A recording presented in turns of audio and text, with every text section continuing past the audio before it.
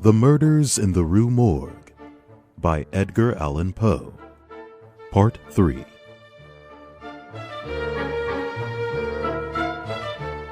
My housemate in Paris, Auguste Dupin, was an interesting young man with a busy, forceful mind. This mind could, it seemed, look right through a man's body into his deepest soul. After reading in the newspaper about the terrible murder of a woman and her daughter, Dupin was consumed with the mystery. He questioned the ability of the Paris police to solve the crime. I told Dupin that it seemed to me that it was not possible to explain the strange details surrounding the killings. No, I think you are wrong. A mystery it is, yes, but there must be an answer. There must. Let us go to the house where it happened and see what we can see. I know the head of the police, and he will permit our visit. It will be interesting and give us some pleasure. I thought it strange that Dupin thought the activity would give us pleasure, but I said nothing. It was late in the afternoon when we reached the house on the Rue Morgue. It was easily found, for there were still many persons, in fact a crowd, standing there looking at it. Before going in, we walked all around it, and Dupin carefully looked at the neighboring houses as well. I could not understand the reason for such great care. Finally, we entered the house. We went up the stairs to the room where the daughter's body was found. Both bodies were in the room now. The police had left the room as they had found it in every other way. I saw nothing beyond what the newspaper had told us. Dupin looked with great care at everything, at the bodies, the walls, the fireplace, the windows. Then we went home. Dupin said nothing. I could see the cold look in his eyes, which told me that his mind was working busily, quickly. Dupin said nothing about our exploration until the next morning, when he suddenly asked me a question. Did you not notice something especially strange about what we saw at the house on the Rue Morgue? Nothing more than what we both read in the newspaper, which was unusual indeed. How shall we explain the horrible force, the unusual strength used in these murders? And whose were the voices that were heard? No one was found except the dead women. Yet there was no way for anyone to escape.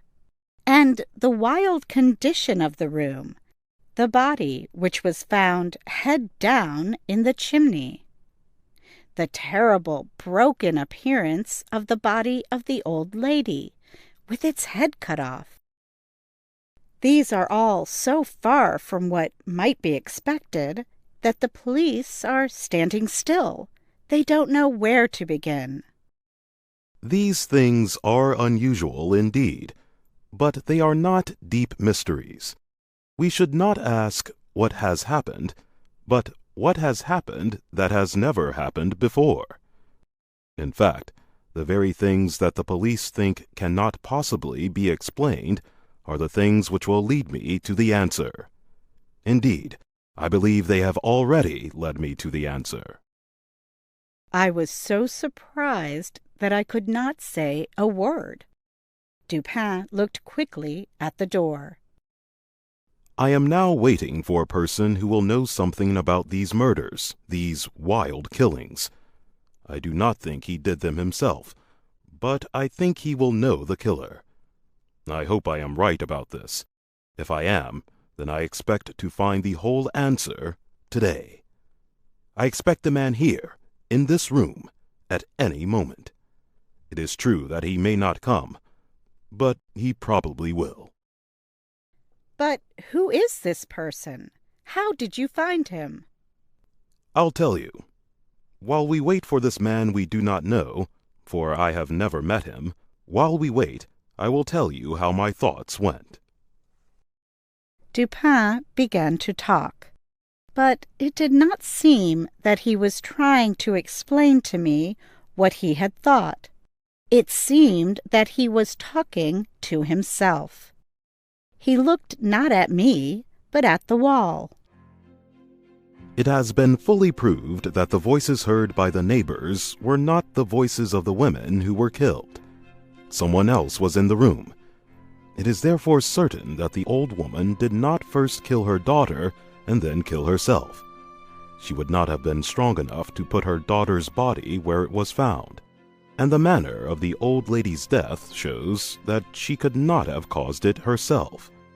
A person can kill himself with a knife, yes, but he surely cannot cut his own head almost off, then drop the knife on the floor and jump out the window. It was murder, then, done by some third person or persons. And the voices heard were the voices of these persons. Let us now think carefully about the things people said about those voices.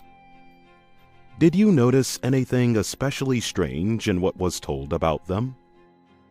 Well, yes. Everybody agreed that the low voice was the voice of a Frenchman, but they could not agree about the high voice. Ah, that was what they said, yes. But that was not what was so strange about what they said.